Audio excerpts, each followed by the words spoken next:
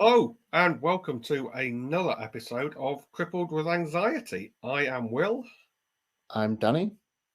and thank you for joining us. So, today, for our UK listeners, as you all are fully aware, we have an election coming up. So, we thought we would do an election special because everyone else seems to be. So, why don't we do one?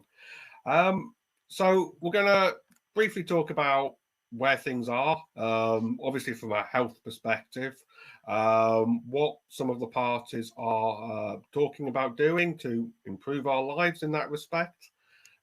This, I think we should definitely point out, this is by no means a comprehensive look at not even the party's overall manifesto plans, but equally on the health reforms. This is really the things that are concerning us, myself and Danny.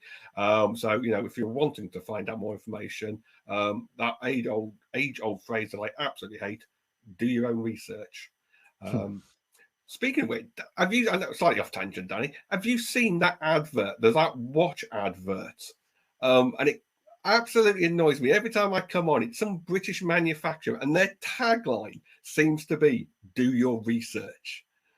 And No, every I'm not time I selling hear it, watches, is it? yeah, and it's like it just strikes me as some sort of conspiracy nut job who says, "Oh, do your own research," type thing. Sheeple. I just Yeah, honestly, it's a mad one for Watch Company. I feel like the tagline should be "We help you tell the time." That's all really watches yeah. need to do, isn't it? I don't. Yeah, it's I know completely off on a tangent for us, but it just I talked about the research, and every time I hear that advert, it absolutely winds me up. I'm never buying from you. Not that I think I could afford it. Anyway, back to the election. So yeah, look, we've had 14 years of a conservative government, and let's be honest, things aren't great. Um, there's public health services are failing across the board. Police numbers, ambulance wait times, social care, food banks. It has not been great. Um, and after 14 years, you would think that if you were the government coming into this election, all you would need to be saying to people is, look at your bank account. Look how full your fridge is. Look at all those holidays you're having. Look how easy it is to get on the housing ladder. Look at how cheap your mortgage payments are. That should be it. It should be the easiest election manifesto and campaigning slogans ever. This should be easy. The fact that they can't say any of that, I think, says all you need to know about what's going on at the moment. Yeah, I mean, in the process of buying a house still, and as we discussed in our previous episode about the chain, we had our survey back and ultimately had to pull out because of work that's been done. So we're at stage one again. But what it doesn't do is fill me with confidence that mortgage rates will have changed in that time or are going to change anytime soon. And yeah, I think you're right. We're living in a country now where we had to have, like during a cost of living crisis, we've had to have hubs where people could go and be warm. It's not a food hub. It's not where you can go and get supplies. It's where you could go because you can't afford to heat your own home, which feels pretty dystopian and not one of the richest countries in the world, which we are. And we don't need to go into the history of why we're one of the richest countries in the world because we're an island that doesn't really make or create anything, yet we are still a tiny country that has a lot of money. So again, do your own research as to why that might be, but we should be able to look after the people that are here. And it does seem like we're failing to do so, especially from a health and social care perspective, as you mentioned, Will.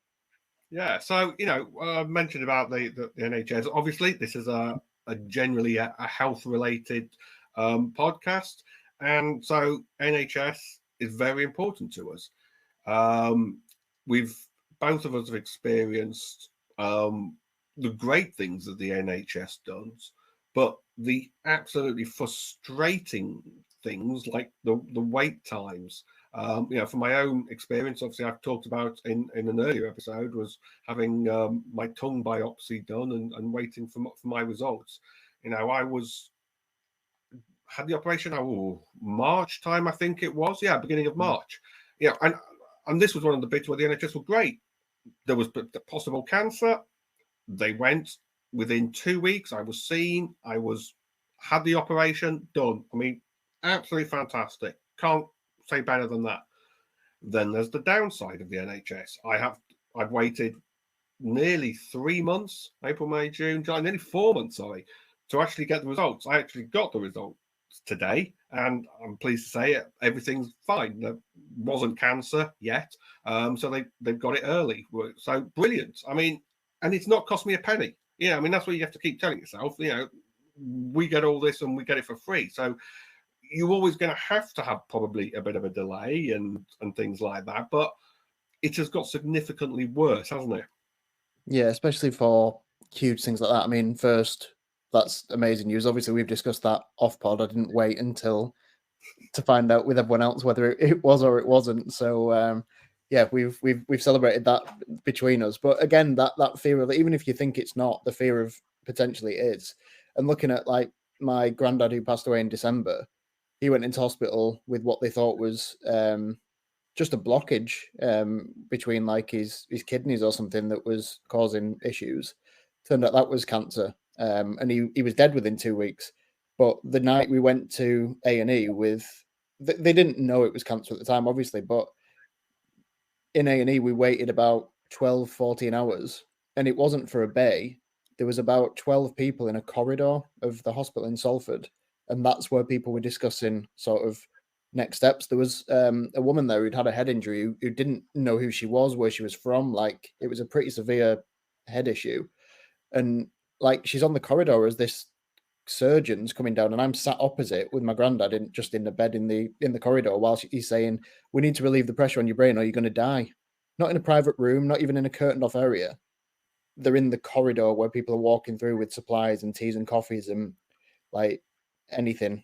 So it's like, that's not, while it is free and it's great to have, it's like, if we're going to keep it this way and keep it great and save the NHS, as everyone keeps saying, we need to stop destroying it ourselves. And that starts with government policy. So yeah, there's definite benefits to it, because I've been to America where people have needed like a minor operation and they're now 100 grand in debt, whereas that's not the case here. So definitely pleased that it exists, but I think it definitely needs reform and saving, and we need to respect the people that work within it, because they're not doing it for the pay. They're not doing it they're doing it because they want to save lives and want to help people. Because again, I don't think that you can pay these people enough.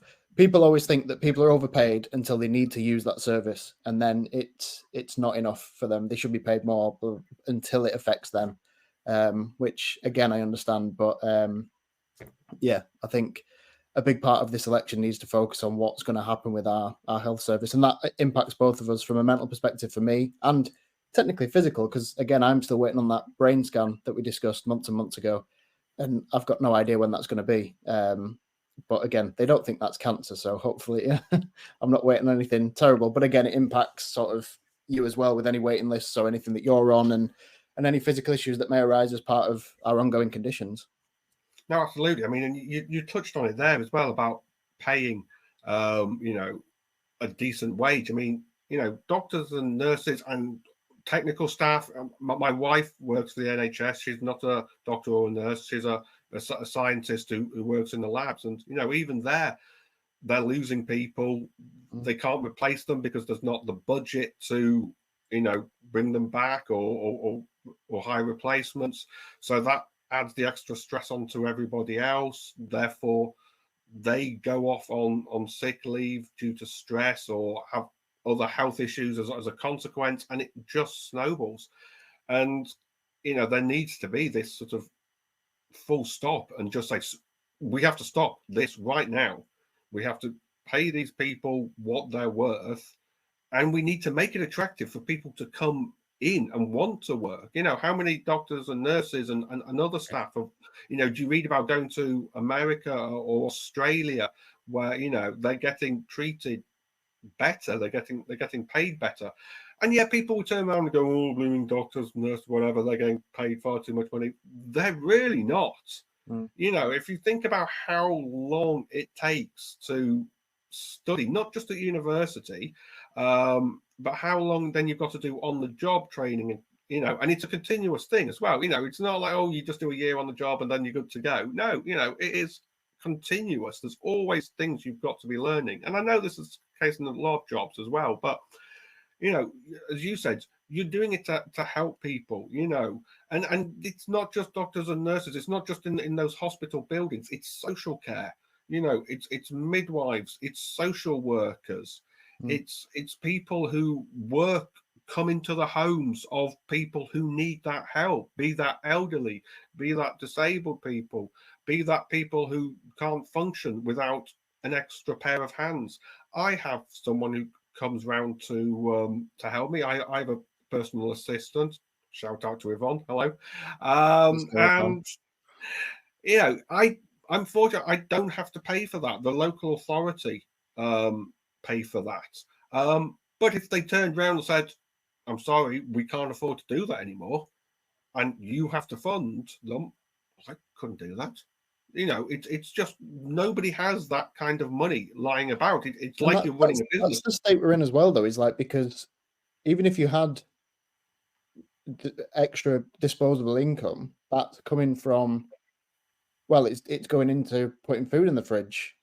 All these other cost of living issues that are coming up, heating your home, paying for energy, all the rising costs of petrol and getting to these jobs that then thingy. And like, for those that can't work or don't work for whatever reason that is, it's like, even in the debates now, the blame is being put on, oh, well, people aren't working and it's because they like, but it's like the opportunities don't exist, or the pay is not enough, or and even with the NHS stuff, I was watching one of the first debates where the Prime Minister is saying, well, we've tried to reform the NHS and improve it, but obviously with the strikes, we couldn't do that. And it's like, so now you're blaming the people that you need to run this, because you're not going to go in there, like, and do all this stuff. Like, you didn't have Sky TV growing up, Rishi. I mean, what you can't watch Grey's Anatomy. How are you going to know what's going on?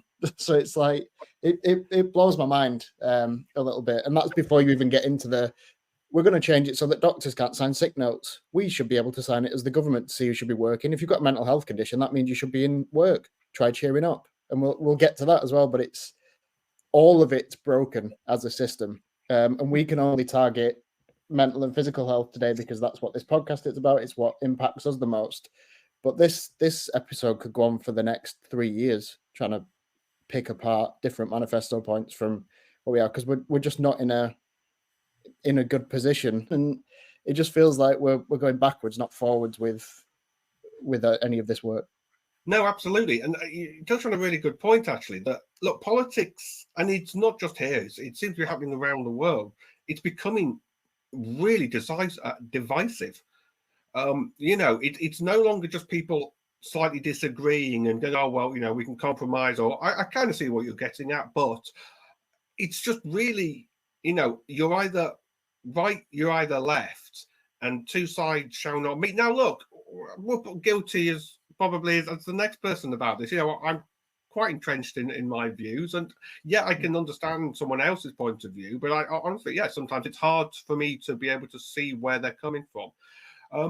But you know, it makes you wonder whether or not. Now, I'm probably going to show myself up and get this completely wrong, but 1948 the NHS was formed. Have I got that right? I don't have the notes. This is why we need a producer. Yes, someone who can come back and edit this out and go, actually, it was the 5th of July, 1948. Yes. Do you know that? Which this year, for those, as we'll keep giving reminders through this to vote, is the 4th of July, which is also someone else's Independence Day from us. But that's not something we need to get into right now. But yeah, it was the 5th of July, 1948.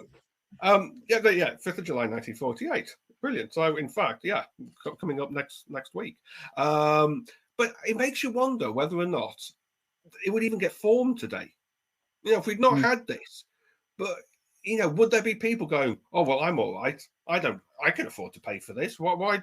I'm not helping Joe Bloggs down the street." You know, I really think the NHS may not get formed if we didn't already have it in today's political climate. I think you're right, because taking it out of a healthcare context, if that didn't exist, that seems to be what politics is doing now, is like, you either want to help people from a social responsibility background, or you don't, because you think it should be about protecting assets and money and being able to work hard and gain that. And that's why it's hard, because it feels like the easy answer is just, well, why don't we all just work as hard as we can and look after everyone and be humans? And but that's just not how it's not how the world works. It's not how society is developed to this stage. And I get it, but as you say, like, I remember watching The Social Dilemma, the documentary on Netflix, where it says we're more polarized now than ever, because taking like a conspiracy theory like the flat Earth theory, if you like something about flat Earth theories being true, that's what your social media will continue to show you, and will continue to link you up with people that believe that, and it becomes an echo chamber. Because likewise, if you don't believe it, which I don't, because I went to primary school and I did science, you look at this side and it links me up with people that are non-believers and discuss sort of what I find as rational fact. But it's not as everything's black and white now. There's no grey areas. You're either one side or another for everything, and that's the same with politics. And social media is the only website or app in the world where nobody's homepage is the same.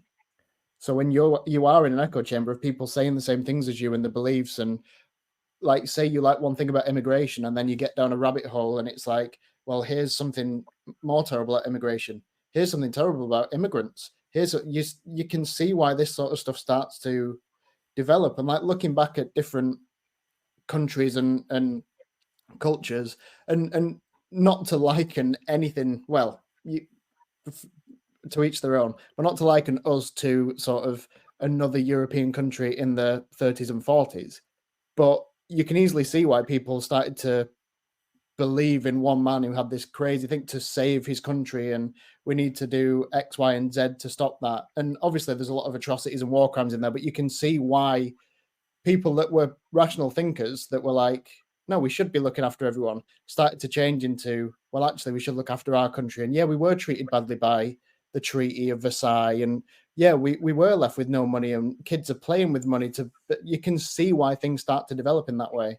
And I think we keep needing, we need people to keep talking about why elections matter and why education is important, because it's so easy to just be changed into one way or the other. And as you say, we're pretty staunch in our views, and we are on the side of social care and looking after everyone. And I think I said to you well the other day, like, it's very personal to me, but I don't care if we get the people in society that don't want to work or just don't want to like interact, or they've not paid into stuff, as long as we're catching the people that need sort of that social care and that extra support and benefits.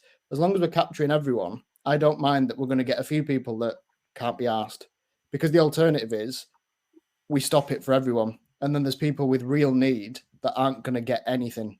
And it's that's not a politics decision for me. That feels like what we're doing is humanity, because that's not treating someone as a human. It's treating someone based on political ideals. And yeah, it's a little bit of a rant from me, which I said I wasn't going to do. But and I've even brought up Nazi Germany at some point. But hopefully people can see why, because it's more of that. It's not a brainwashing. It's just you can see why people start to pick up these sort of far left, far right ideals, and it develops into a full blown movement. And that can happen at any time across any country in the world. Yeah, absolutely. I mean, something you touched on there, talking about, you know, people working or being unable to work. And sadly, it seems to be almost a given nowadays that and you've seen it in leader debates and questions and newspaper articles and things that MPs write in their campaigning. And when people talk about disability these days, be that physical or mental health disabilities, but when they talk about disabilities, it is almost always in the context of work and getting them back to work and benefits, and it's a bad system. Never about how to just make life easier for people with disabilities. Talking about the extra expenses that disabled people have. So there was a study by Scope, the disabled charity, and they've said that on average, it costs a person, a disabled person, £950 more a month to live the same life as an able-bodied person. And that's things like extra transport costs. I've spoken about this before. If I want to go anywhere, I live on a hill, I either drive, so I've got fuel costs, or I get a taxi, again, extra costs. Winter, I'm at home all the time. I'm not exactly mobile. I kind of sit in one spot and don't really move around much, so I get cold very easily. I don't have much fat on me. I have to have the heating on. Therefore, that costs more money. Things like that, and that's just two really relatively small things for me. But for some people, it's a lot worse, and they need a lot more help, and they have to pay out a lot more money to be able to do that thing. And it just seems like you're basically going for the lowest common denominator when you're talking about disabled people. Oh, it's always about benefits. It's always about getting them back to work. And not everybody with a disability is capable of work. Absolutely they want to. I'd imagine most people want to get, even if it's just to break up the monotony of being at home all the time. You want to get out and do something. Even when I was off on like sort of long-term sick or waiting issues for physical health, but mental health as well. Like, it's not that I wanted to get back to work to just be sort of a worker bee and be working. It's like you just want to feel useful, and you do feel like you're a bit like, I'm sure not everyone feels this way, but you do feel a bit of a drain because it's like I'm not doing, and I think that's possibly because from being young, you are taught that everything just leads into what career are you going to have, and how the lie that's peddled to us that middle age is like 50 because people want us to work till like 67. It's like a lot of people aren't making 70, 75, 80. So that means middle age isn't 50 years old. It's a lot less. So our lives growing up, we're always taught to be like, you should be in work. What job are you going to have? What promotion are you going to get next? And it's not just, how are you going to survive? And that's even if you've got nothing that's an issue with you. Because even if you've worked really hard in your career, but you don't get the same opportunities or progression, you're not going to earn enough money to have all this extra stuff. Like now in a cost of living, you might not be able to fill your car, but you're working full time. So everything you've done has been to get to the societal norm of working full time, however many hours that is, probably extra, while raising a family, while running a house, while trying to get a house, which again is an issue within itself. So you might even be renting, that's taking most of your money.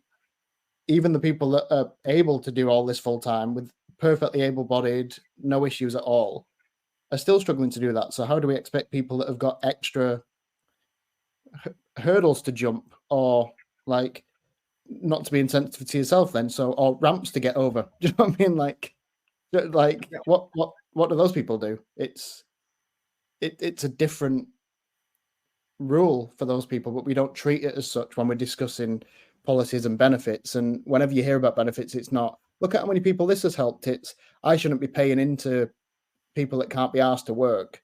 And it's like, sometimes the people that can't be asked to work are people like yourself that are just grateful to be able to be a father, be a husband, talk about your experience, be in a wheelchair when the other option when you first went into hospital was probably death. Like, it's not people that can't be asked, it's people that have been put in a situation that they can't work. And that's the same for mental stuff as well. Like, again, broken arms get so much more sympathy than depression because it's a physical, oh, well, they can't work, because we still think of work as like being a physical, lifting things, being able to stand up for 8 hours a day and stuff. And it's, even the working world's changed. You're sat in front of a computer all day, staring at a screen, not getting social interaction.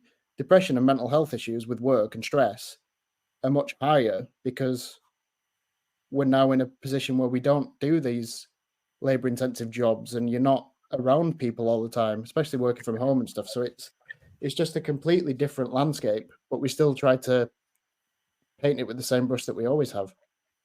Yeah, there's such that stigma, as you said, it's just what I think we're brought up with, because it just seems to be a generational thing. But there's that stigma about people on benefits, and whether or not that's migrants who have just arrived in the country and literally need some money to eat and survive. It's disabled people who aren't able to work. Pensions are a benefit, or if you are unemployed, your place of work got shut down, needed to downsize, whatever, because of the economic issues going on. And, again, you need money to literally live, feed your family or whatever. Everyone just gets lumped in to benefits. And there's a horrible stigma surrounding people who are on benefits. I've been told, I can't remember where it was, but I'm in discussion with someone, and God knows how he got onto benefits. It's one of those things, a bit like how much you earn, you should just never get talking to people about. And he turned around and said, "Oh well, your benefits should be paid, onto a special card, and you shouldn't be able to buy things like chocolate and sweets, or alcohol. Why should you be able to get that when I'm paying for it?" I mean, what's next? Do you want me to wear the blue circle on my clothes so you can see that I'm on benefits or whatever? I mean, honestly, the mental hurdles that people have when it comes to talking about benefits and how you're looked down upon because of something that I would imagine in 99.9999% of people cases is not your fault. You had no choice in the reason you are on benefits, and it's just an utter disgrace. And that all again comes back to, or try and link it back, to policies, government, how they treat people, how they go after the supposed benefit scroungers, which make up about less than 1% of people on benefits, yet they are a massive focus. Whereas the big companies, we all know it, Amazon, Starbucks, whatever, happily pay nothing, if not very little tax in this country. It is such a disjointed way of thinking and such a disjointed way of having a society that honestly, it seems like I don't know how we come back to having, a pleasant society where people are treated equally. It just seems we're so far out there. And this is why this election, I think, is so pivotal.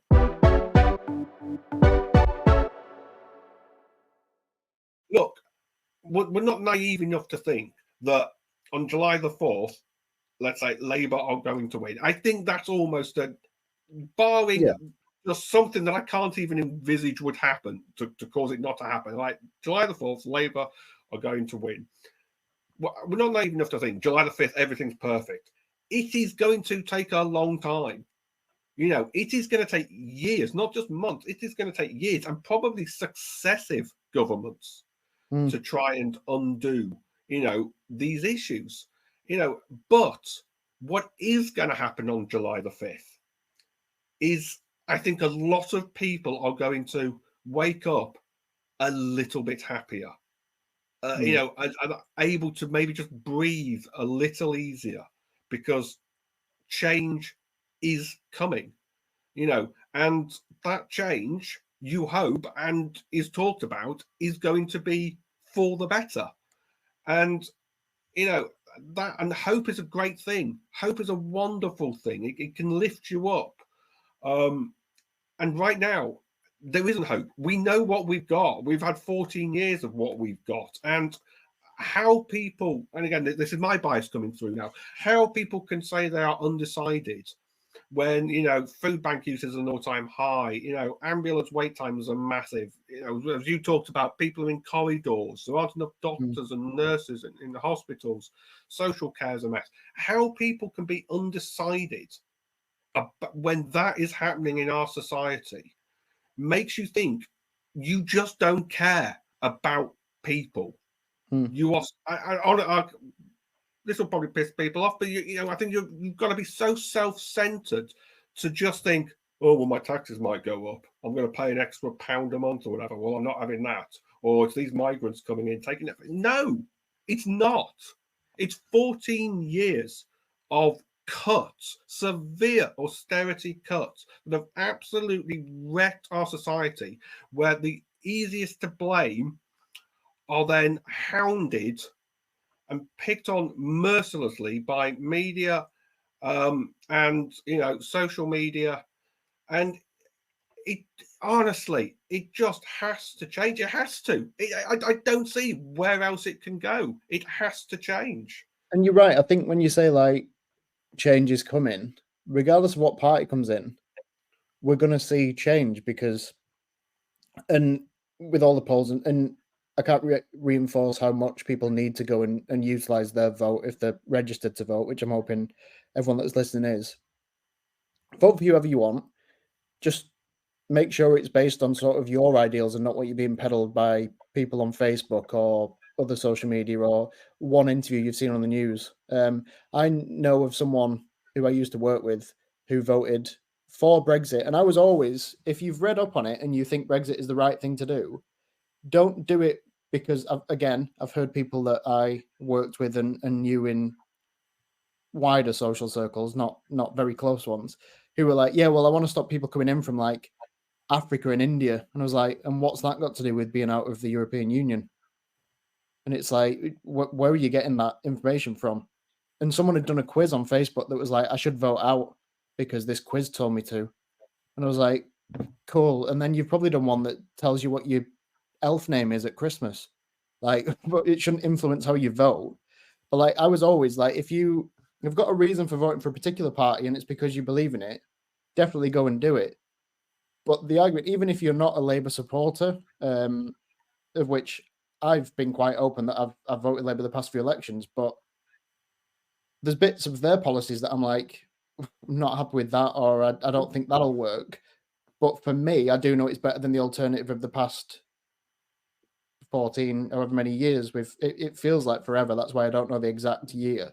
But like any change is good because if it turns out it doesn't work, then we change to something else. And we can use that and utilize our vote, but you've got to give people time to maybe see how their life goes. And going back to taxes, you said a £1 raise, or like we're going to add 1p to your tax. Like Rishi was like, they're going to add 1p to your tax. Everyone, I was like, all right, I've probably dropped multiple. There's pennies on the floor. I'll pay it from money that I can find on the street if I have to. But everyone paying 1p increases the value of other people's lives that you may never meet. But the amount of people that think that their tax payments pay for everything, and it's usually like scroungers or roads, and it's like, how much tax are you realistically paying a year that you think that all of your, like, one person that's really angry about immigration and sort of social care and people not working and cyclists on the road, when I pay road tax, how much money do you think you're paying a year that you're covering all of this? It's like, if we stop your taxes, this isn't happening. Everyone's getting taxed the same, but it's not just for people that can't work or don't want to work or people that are floating over here on Lilos. It's like, no, what it's going for is roads, hospitals, schools.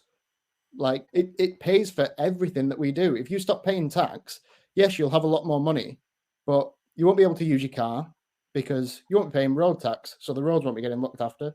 You won't be paying for hospitals. So there's no point going there because no one's going to be in there. Oh, you want to pay private? Yeah, well, you've cut every other funding service. So even the private companies are moving away from doing that. I don't know what people think this is. If you look at your breakdown of council tax, which because every year, like, it'll go up and it'll be like, it's going up 4%. I'm like, oh God. And it feels like a lot because it's in the thousands.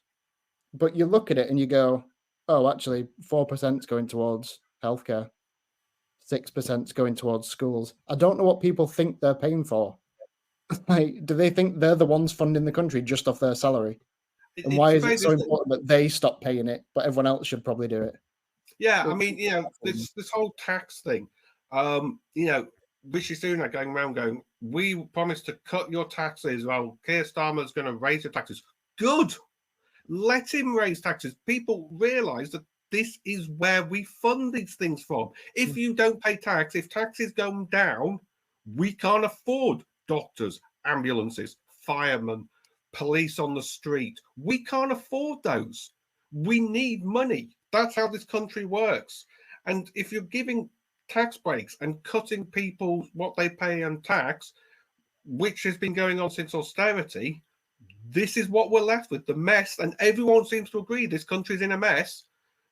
The reasons why, obviously, are wildly debated, but the country's in a bit of a mess. And what helps get you out of a mess is money. We need money. The country needs to pay for things. How does that happen? we put up taxes. You know, taxes are so low at the moment, we can't afford things. And I don't understand. And again, it's that personal idea over big picture idea. You know, it's how much do you value society and what society does for you? You know, get your bins emptied, you know, have your streets cleaned, have your grass verges cut, you know, your teachers in the school. These things cost money. We have to pay for it. That's how society works. If there is no money because taxes are being cut, guess what? Classroom sizes are going to go up. Your bins are only going to get emptied once a month. You know, you can't get in to see your GP for the next 6 months because there's only 2 of them in the whole of your county. You know, these things matter. And I don't. For the sake of you having a couple of £100 a year, will that £200 outweigh bins being emptied, roads being looked after, and streets, so you can actually drive the car that you can? Not that you can afford with an extra £200. Like, it's not huge amounts of money. You think it makes a huge impact, but like, it's really it's not. They're not raising it by thousands, and the benefits of what you're going to see outweigh you having a little bit extra money in your pocket. When Absolutely. we all know, as you've said, is like when the energy crisis was happening, it was clear, and we found out from evidence in the news and wherever you could see it, it wasn't because the pipelines in Russia or Putin was putting stops on it, or it was that had all stopped, but the prices were still higher than they'd ever been. And then it comes out that Shell have made record £1 billion profits in our country because they're not paying tax. Yet we're paying higher tax so that the government can do deals with these companies to get us cheaper energy. Well, take the money out of the profits, get the people cheaper energy, keep money in the people's pockets. We live in a capitalist state. People make money. I have no problem with making money. Absolutely. God, I mean, that's what everyone's aim is. We need money to live. That's absolutely fine. Make money. Make a lot of money. But pay your equal share alongside making a lot of money. You know, that's all anyone I think is going to ever really argue. You just pay your share. That's it. And whether or not your share is 1p because you only earning £10, or you're paying £1,000 because you're earning £1 million a month. You know, it's a share. That's all we're asking, for people to just make it equal.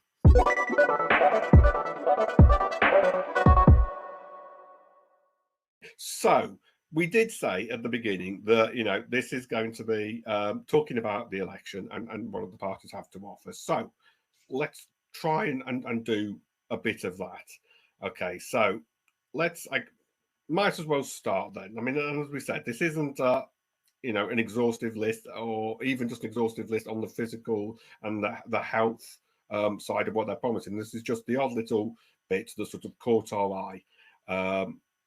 So, interestingly,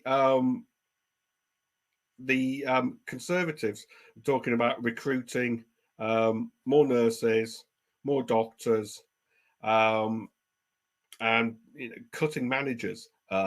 Interestingly enough, and I think there's always that thought that, oh well, managers are just, you know, they're not doing anything. Actually, they're quite important. They are very much the go-betweens that keep departments running and things. But yeah, look, great ideas. Yes, we need more doctors. Yes, we need more nurses. They're going to make 2.5 million more NHS dental appointments. Great. I mean, all this stuff, fantastic. You know, having not seen a dentist for about five years, I'm being on an NHS list. I'm private. Things like that do scream out to me. Yeah, me, wife, and kid, we have to go private. You know, and we have to pay to go see it, keep our teeth in check. All these things, you know, on paper, brilliant. How are they going to fund it? Because they're cutting taxes. That's all you've got to ask yourself. Where's this money coming from to do this? And why haven't they done it already? And I mean, and the big one for me, and I think, honestly, no matter what the Conservatives promise, after the whole Brexit, £350 million on the side of a bus, we will fund the NHS once we leave the EU lie, I just can't believe them. You know, and I know people have that problem with politicians across the board, but that's such a striking, you know, reaching in to people's heartstrings. It's the NHS. We're going to give them lots more money, and it just being bollocks, basically. Complete and utter bollocks. With you saying like why haven't they done it before?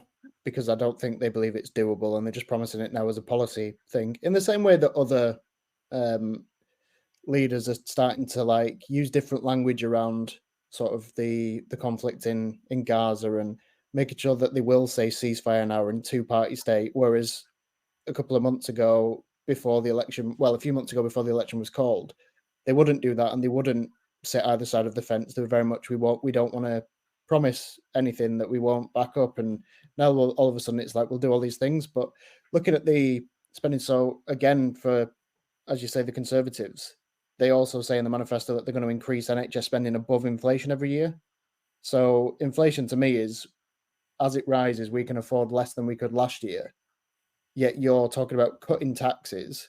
So there's like less money coming into the government, but they're also going to spend more money on the NHS, even though they've got less money coming into the government than they had last year anyway, with the rise of inflation, but also the cutting taxes. So yeah, where is that coming from? And why is there no answer to that after X amount of years in government? Yeah. So yeah, funding's a questionable one. Yeah, that's it. I just don't trust that it's going to happen. And I'm certain people would say yes, but I don't trust that Labour are going to do theirs. And okay, fine. But what I would say to that is, at least I have a chance to prove you wrong or right. We know what we're getting with the Conservatives. And that's what Rishi keeps saying. You know what you're going to get with me. Well, yeah, pretty much shag all from if going off the past few years. That's not what I'd be leading with. I'd be saying, yeah, because he keeps saying, let's forget the last however many years. No, let's remember it and learn from it, because history should always be learnt from, whether it was good or bad. And stop saying, you know what I'm about. Yeah, bollocks and several leaders that we never wanted in power.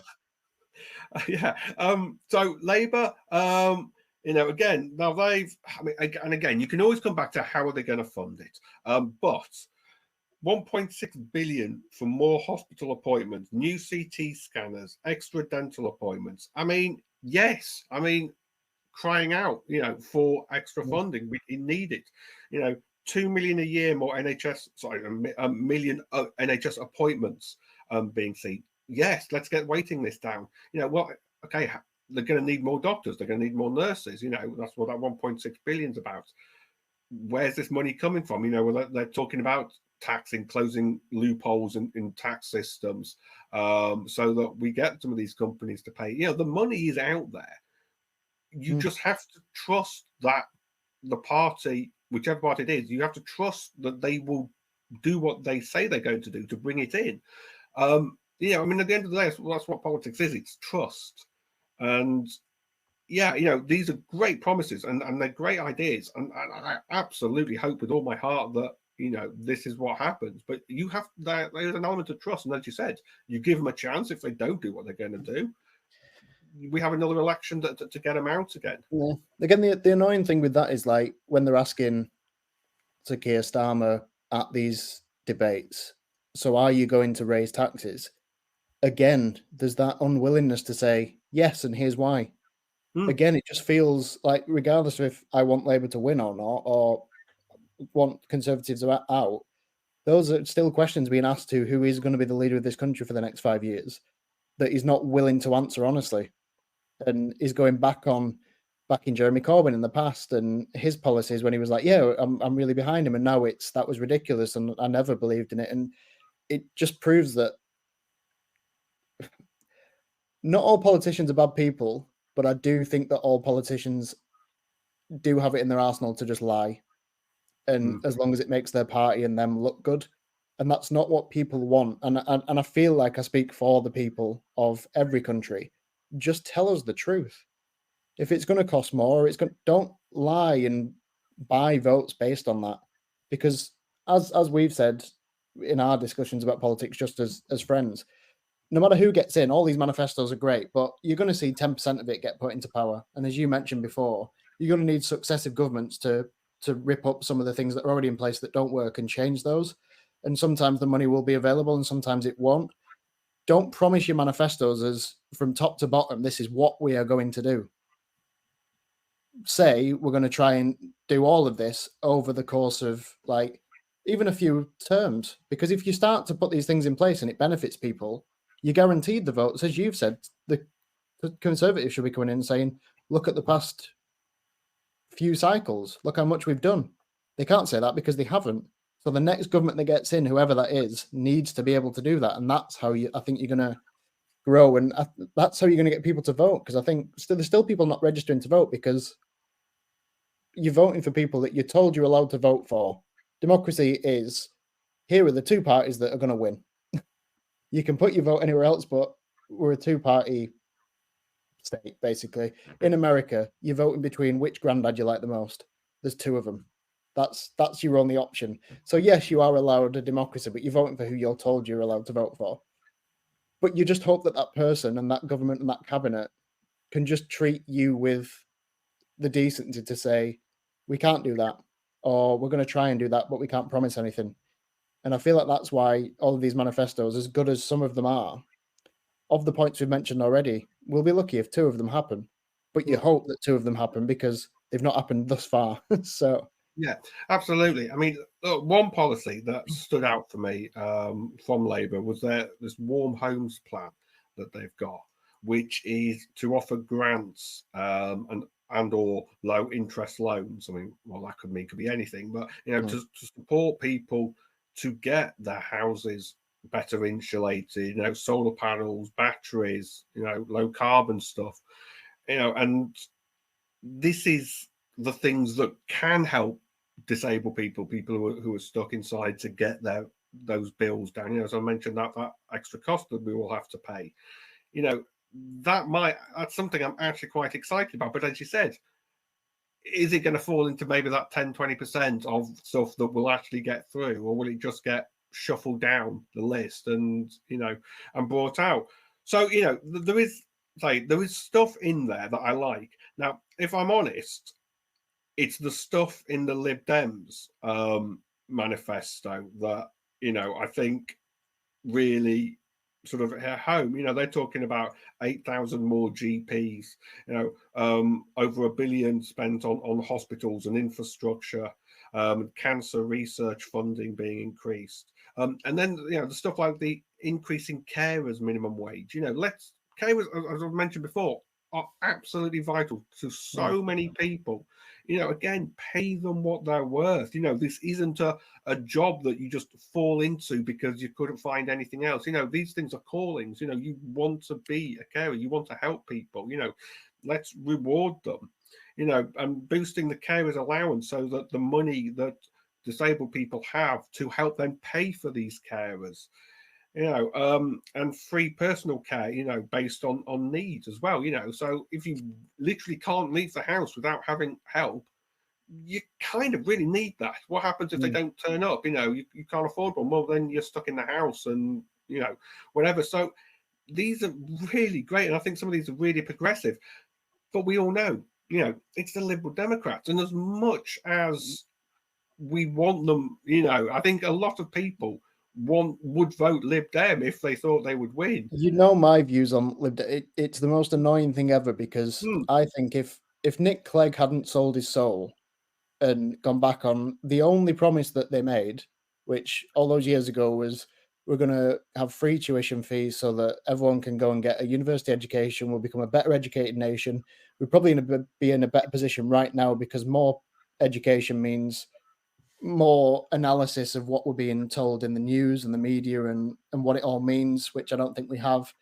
But then he was like, actually, no, I'm going to go with the Conservatives. And they've said that we can have a bit of wiggle room on some of the shit policies that we wanted in, but we are going to times the tuition fee by 3 now. Yeah. So basically, fuck students and what you think. And that's now the voters that are voting now, 12, 14 years later, that are like, not voting for them because I can't trust them at all. I can't trust the Tories for the same reason because they just were like, oh, well, yeah, let's get together. And it's like, but year on year, the Lib Dems seem to be the ones that have all the policies that everyone wants. And I think you said to me the other day that there was once that study or someone was discussing it about if everyone that said they would vote Lib Dem voted Lib Dem, they'd have an overwhelming majority.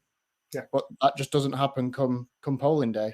And No. the party is slowly building itself up. It's not there now, but it's like, as you said, annoyingly, every policy seems to be about making the country a better place to live, but making the country richer, making people accountable.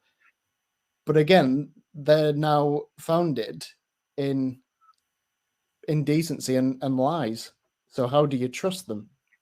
And it doesn't matter what you write down in your manifesto. Trust is a long time to get earned, and it's a long time to get earned when it's been lost. Yeah. Trust. Yeah, absolutely. Just what I touched on earlier. Trust is key. Conservatives lied about the Brexit money going to the NHS. Lib Dems lied about the about tuition fees, and to build that trust back up takes a very, very long time.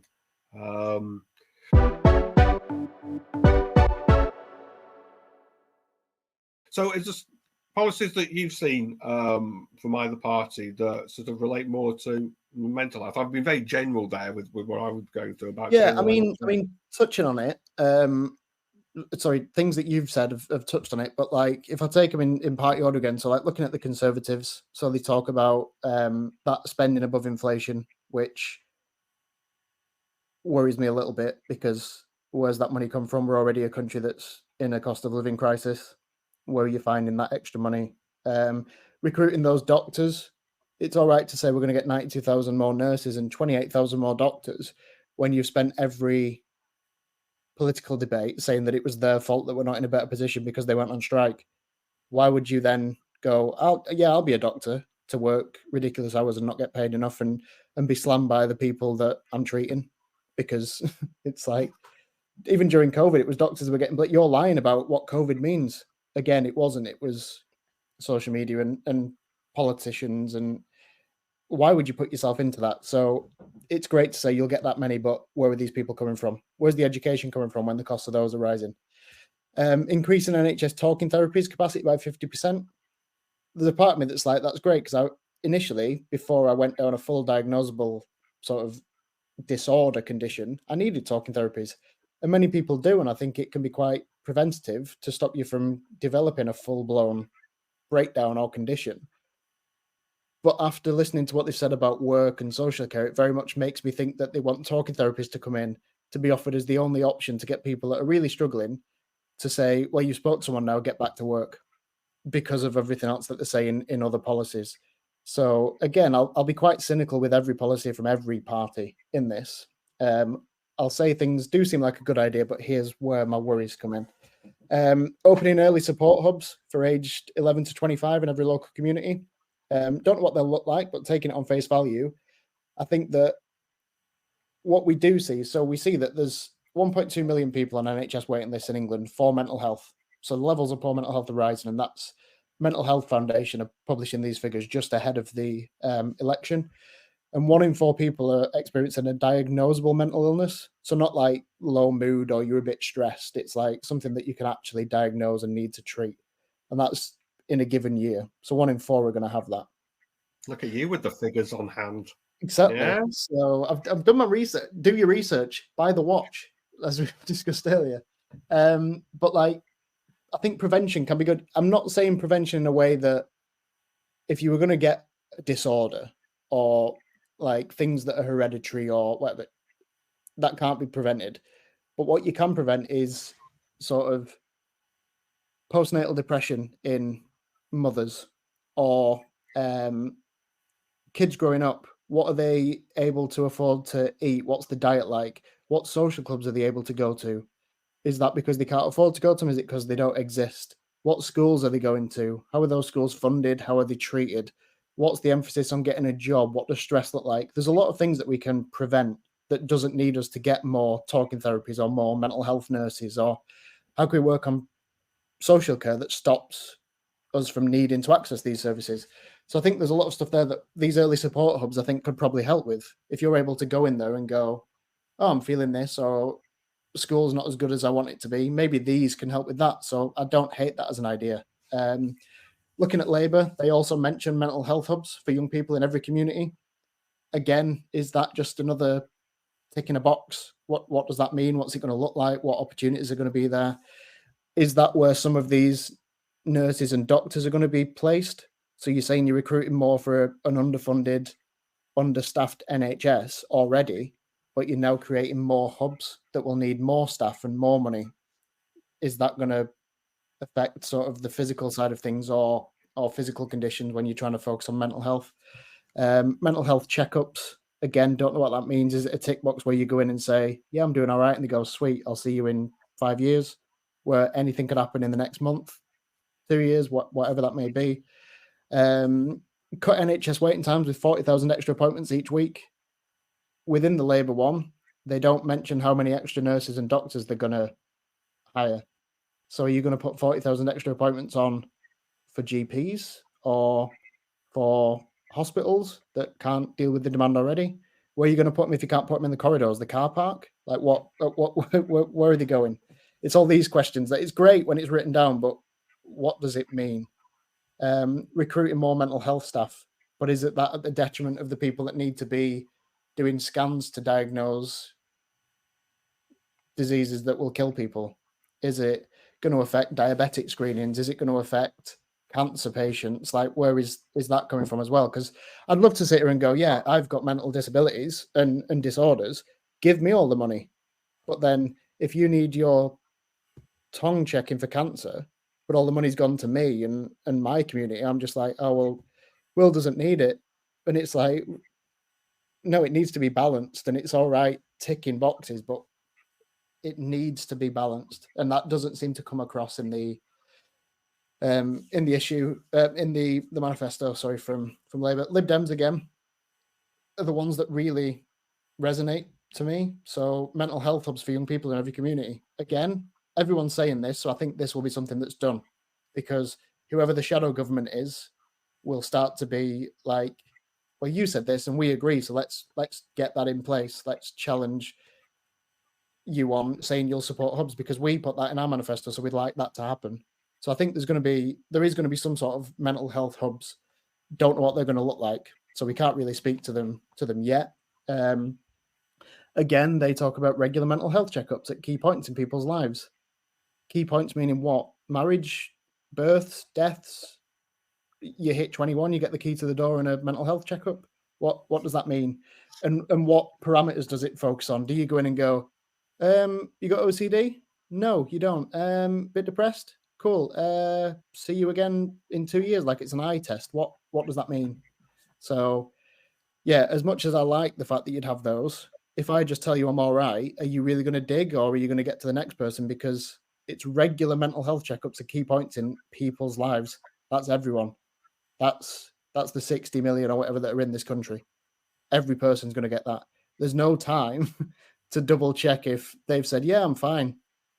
Because most people with mental illnesses do say they're fine because they don't want to talk about it. Providing 8,000 more GPs so that everybody can be seen by their GP within 7 days or 24 hours if urgent. Sounds perfect. Sounds great. GPs are under a lot of stress. I'm lucky that my GP is pretty rapid at getting back to me and dealing with me. Not every surgery is like that. What I would like some manifesto to say is they're going to hire nicer people for the phones. And it's not. It's always the same middle-aged woman who somebody's shit in her handbag this morning because she can't be that angry normally, asking you what the problem is and diagnosing you on the phone before you can see a doctor. And God forbid you ring a minute before it opens and they answer, because that's the worst blasting you'll ever get in your life. I mean, it must be said, if the Conservatives said we are going to replace all GP surgery receptionists with really nice people that will take their time and actually, I might actually consider voting for them. Yeah, forget all your other policies. Just, yeah. And, oh, you want an appointment now? We've got one in 2034, dick. Phone down. It feels like that's what I'm going to get every time I speak to one. I'm terrified of ringing. But that's Lib Dem stuff. Finally, the Green Party. I'm not going to touch on Reform UK, one, for personal reasons, and two, because I don't really think they've got much that they want to talk about other than what we've seen in the news recently. So we'll let people, again, do their own research on that. But it's not something that I don't think they're going to get a seat. So I feel like us wasting our time talking about what policies they'll have. They seem like a party that, for me, if I said, oh, I've got mental illness, they'd tell me it was made up and to get a job. So I don't think there's much point in me discussing that. But the Green Party, which again, like the Lib Dems, seems to be every year, they've got some great policies. It also feels like the Green Party writes their manifesto in crayon, because I've never really seen a full one or one that is that worthwhile, because I don't think they're going to get in, especially at this stage. But what they have said is ensuring rights of those struggling with mental health are respected. Okay, that seems like a basic human right, not something that the government should be putting in place. And it feels like it does exist. Disability, especially, and from a mental perspective, within work and society, I feel like my rights have been pretty protected throughout this government and previous governments. I don't feel like my rights are infringed upon. That might be different for other conditions, but for mine, it seemed all right. A legal framework to support all people to live fulfilling lives. Again, you can see why I feel like this has been written on crayon. Like, everything should be a legal framework. You're a political party that's running a country. To support all people to live fulfilling lives, what's the definition of that? Is it a government definition that we need to adhere to? Are you selling me the American dream? What do you mean fulfilling? What's fulfilling to me is different to what's fulfilling to you, Will. I want Widnes to be in Super League. You want Leeds to win it every year. A fulfilling life to me would be my teams that I support, Bolton, Widnes, Minnesota Vikings, not being shite. But we can't all have what we want. So hopefully we can have a political party that at least looks after our rights. But then put mental health on equal footing with physical health. This is one that I wanted to discuss with you. I think we've mentioned it already, is like a broken arm is still seen as like that's a physical ailment, or seeing yourself using a wheelchair, people will treat you a bit more differently to myself.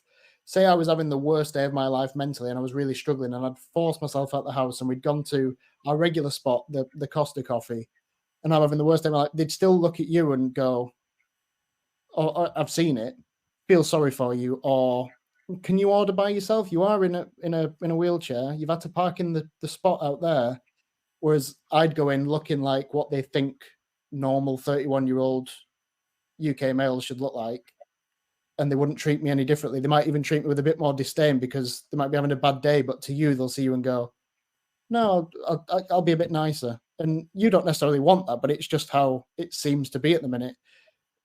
Putting it on an equal footing with physical health, what does that mean to you? Because what do you think? It's not even equality; it's more equity between mental and physical health. What would that mean to you from where we are now? I don't see how it's possible. I'll be honest. It's a great, as you said, it's a great thing to wish for, but it's a generational. It's a long term. It's a societal view. And that's not going to change in 4 years or 5 years, whatever, however long the next government is.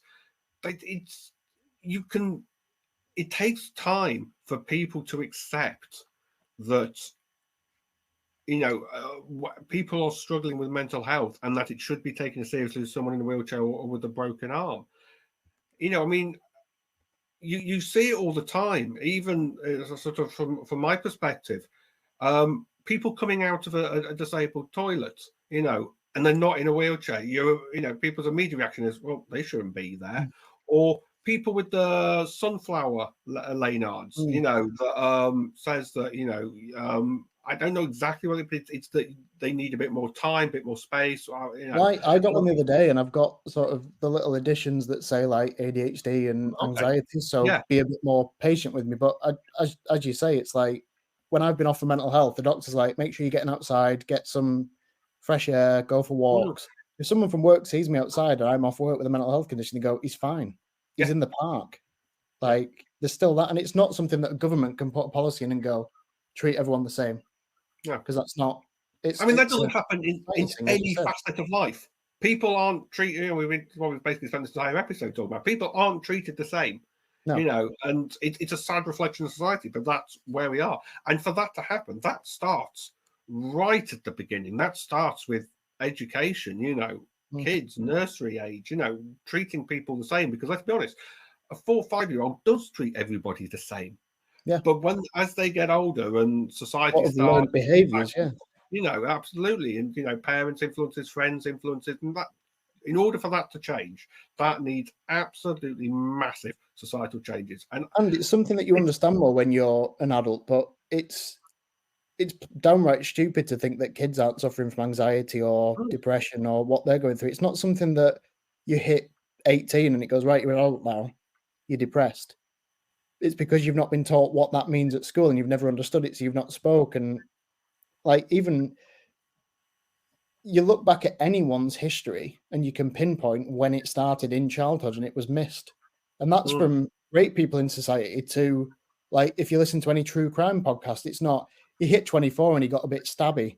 It's, he was struggling as a child and he was locked in a room on his own and he didn't develop as he should have. It's like, it all impacts us from children. Going back to how we're treated in Costa, by the way, and you might know where I'm going with this, but the other day we went in, ordered 2 coffees. You got an iced coffee because you're in your hot girl summer era.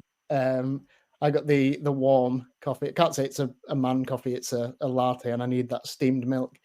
But I had to stand and wait for mine. You were told to go and take a seat, which is fine if they want to bring it to you, but all you've done is sit down. I'm the one that stood up. I always love the uncomfortableness on people's faces when they start telling me to go take a seat, and some of them fully commit to it and just look me straight in the eye and take it, and others will stumble and go take us. Oh, just go over there, would you please?